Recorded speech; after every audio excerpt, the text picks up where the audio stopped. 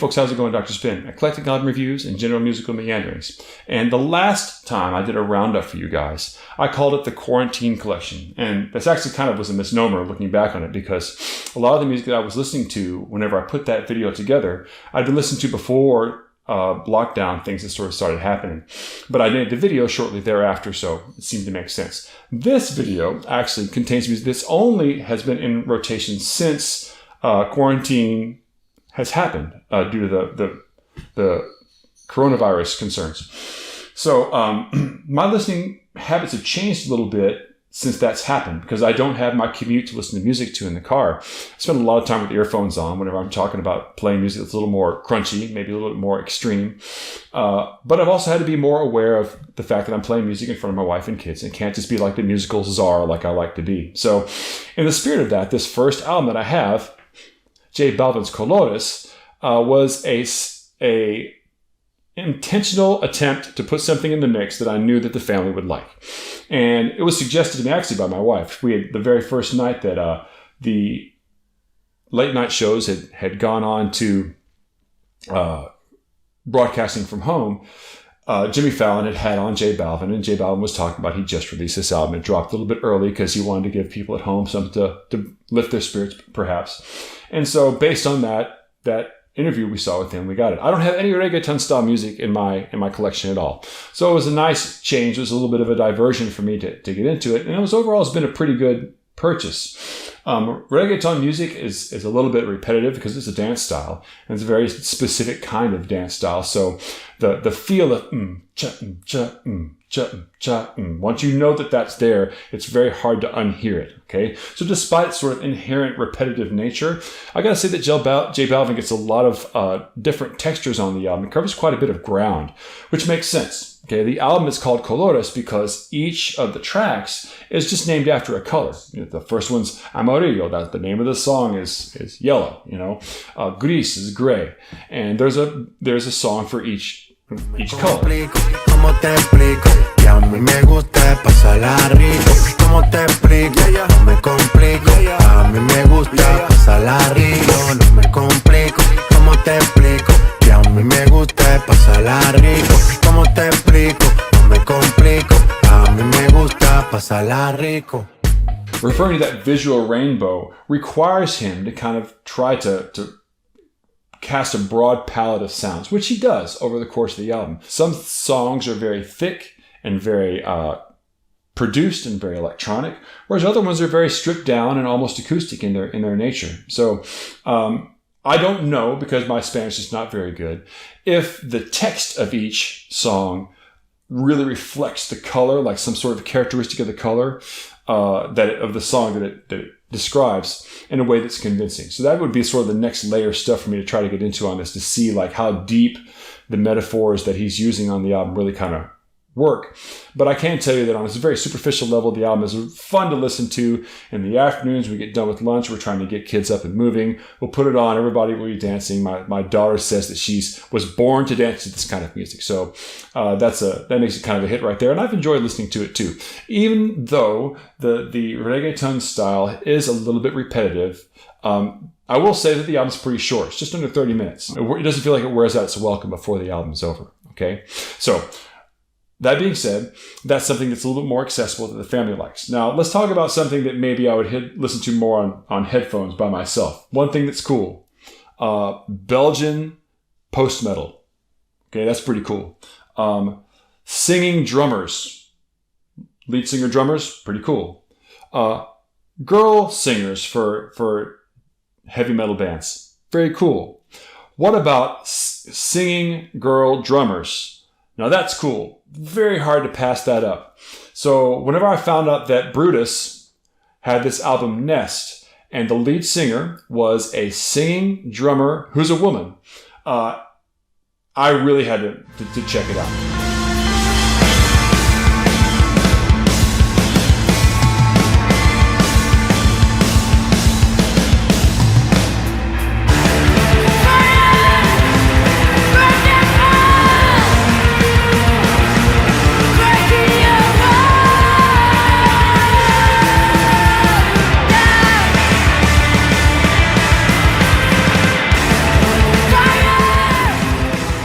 in addition to having this person in the band who's playing all these roles and breaking all these stereotypes of drummers can't sing, girls can't sing heavy metal, all these sort of preconceived notions that you have about the style, completely smashing that all to little bitty bits. You also have a very functional drummer and a very functional bass player in a power trio format. And when you have a really good power trio, it provides very nimble musical avenues that the band can navigate very easily. And Brutus does that. They're very strong musicians, and all three members of the band really pull their weight.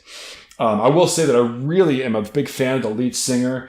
She kind of reminds me of what would have happened. Well, back in the beginning, whenever Bjork was in the Sugar Cubes, she had a real edge to her sound. And the Sugar Cubes were kind of a punky band. They were in their own way kind of not really metal, but definitely had an edge to them. And whenever she went solo, of course, she can still access that edge in her music, but she doesn't really live there that much. She uses it just one aspect of her sound. So it sort of feels like what would happen if Bjork had just kind of traveled straight into more of a cathartic style in her singing and chased it down. That's kind of what the vocals feel like on Nest overall. And they're very effective. The singing is really great. The drummer is really great. Her skills as a drummer are certainly not in question. And the recording quality of the drums is actually very good. I think there are really great big drum sounds on the album, and that helps a lot too. They feel very organic and feel very real.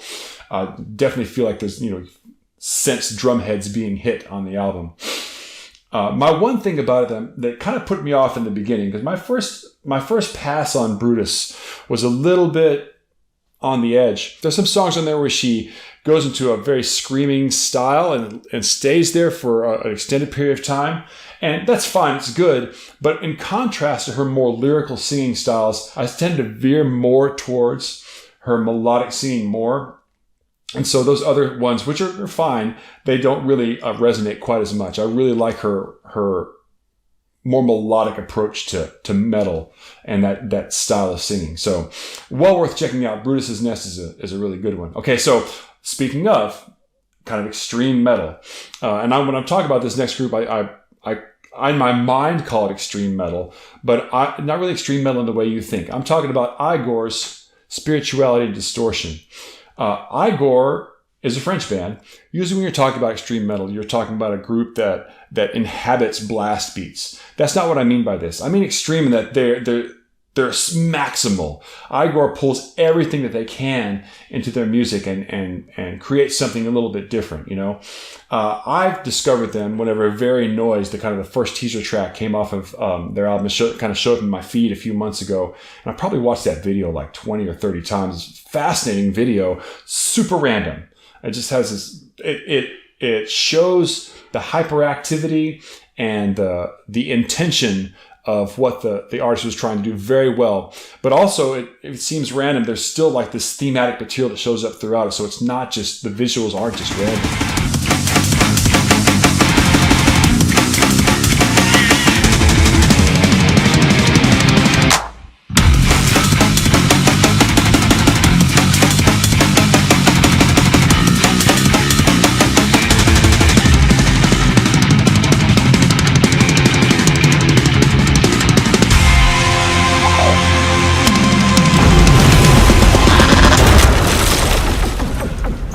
I think the rest of Spirituality and Distortion doesn't necessarily sound exactly like Very Noise. It has the same sense of having an underlying structure, having underlying themes to it. It hangs together in spite of itself, I would say that if you're a fan of like Mr. Bungle minus the clowns, more like even maybe the Secret Chiefs 3, but with a little bit more extreme on the metal side and kind of with some break beats thrown in there too. The other thing that really attracted me about Igorrr is that not only do they have this kind of like over the top metal approach to metal, they also pull in world music. They also pull in like this really cool like breakbeat style from time to time, where it almost like deconstructs down to video game music or something. And you can't really say that Igorrr is interested in restraint. They definitely push things as far to the max as they can. In playing wise too, again, you've got some really amazing musicianship happening on the album. The bass player and the drummer for the group are phenomenal, over-the-top players with just ridiculous chops. And I think that overall, I would suggest Igorrr if you've got your ear to the ground to that kind of stuff, because it's not gonna, this isn't one that I put on for the kids to listen to unless I'm willing to try to explain to myself like why I would do that, because it's pretty crazy, but definitely enjoyable. And certainly if you're a person that likes to be pummeled by styles, it's an enjoyable listen for sure. Okay, next up is Mdou Moctar's Ilana the Creator. I discovered Mdou Moctar last year through the Sahel Sounds documentary that I was checking out at the time in relationship to that electronic music Hama, which is a great disc that I still really stand beside to this day. But Mdou Moctar is not an electronic musician; he's a guitar player, and I'm sort of under the theory right now that a lot of the really best guitar players that are out there that are really pushing the envelope of actual guitar playing these days are coming from sub-Saharan Africa. There's some amazing musicians that are coming out of that region of Africa.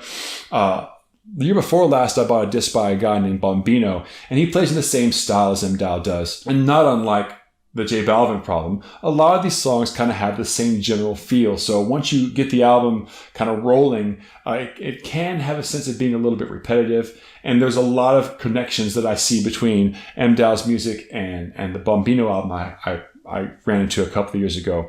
But I have to say that I think that I prefer Mdou's style a little bit more because I really, really love his guitar tone. He's playing in that distinctive modal style, slightly influenced by Persian music, but at the same time, very, very polyrhythmic, which makes it a great album to run to.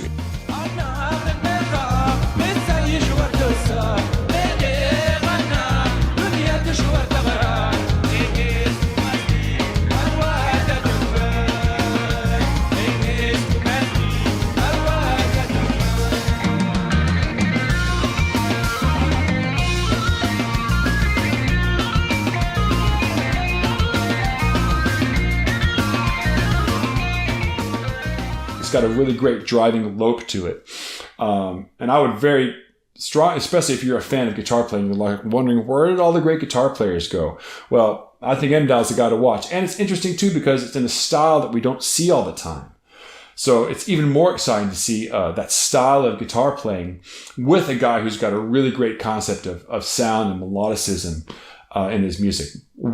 Definitely a fascinating listen for sure. This next album is very strongly connected to the album after it, but I still would like to review them separately, even though they're kind of making the same statement in a way. The first one of these two is Ghosts 5 Together by Nine Inch Nails. Now, these are a really interesting set of albums because they were released again very shortly after quarantine procedures started happening across the US, and Trent Reznor and Atticus Ross, the two guys that are now Nine Inch Nails, released these albums for free through their website, sort of saying that they finished them out of a sense of just trying to mentally cope with the onset of the pandemic. And they've been kind of working on these songs for a while since the beginning of the year, but as things have been getting more and more stressful over the last few months and people are dealing with the sort of surreal nature of the way that life is evolving. And they're unique Nine Inch Nails albums. So if you're a person who's into Nine Inch Nails, this isn't going to be like,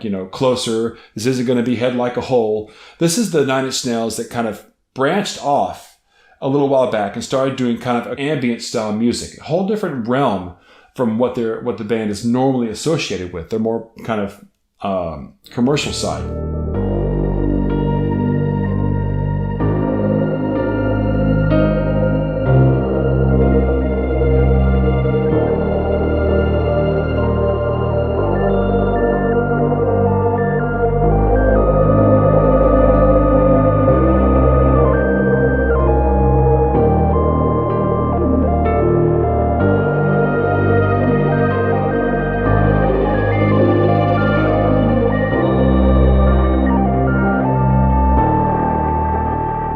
That's the kind of vein of music that this album, both these albums together in its twin represent. And of the two, Together is kind of the more uplifting of the two. Again, if you read his text release on this, Trent Reznor says that this is the album you're supposed to listen to when you feel like everything's going to be all right. And it's odd because you really, if you know anything about Nine Inch Nails, I wouldn't think of Trent Reznor as the kind of guy who would try to spread hope. It's overall a very beautiful album. It's almost like a Angelo Badalamenti album with some dissonance involved. It's got great ideas. It gets across the message that it's trying to get very well, but at the same time, it's soothing, relatively speaking. But it's also not really super escapist. It definitely feels relevant, to the situation that many people find themselves in, and it's like this soundtrack that you experience now because. Especially at first when we're starting to deal with how reality is right now and for the foreseeable future, things got very surreal and it's almost like you're watching a movie. And so Trent Reznor's, I think, mindset was just kind of release albums that were the soundtrack to that movie that you're experiencing in order to disassociate yourself from the experience and deal with it to a degree. So Together, Ghost 5 Together is the one that's supposed to be kind of the more uplifting of the two. Its twin, Ghost 6 Locusts, is kind of not. It's kind of like whenever you feel like things aren't going to go so well. It's of the two far more disturbing and unnerving. Sometimes it feels almost like you're staring into the abyss while aliens are drilling holes into your teeth. It has these moments of beauty, but anytime there is something that's very emotive like that, there's this background of buzzing.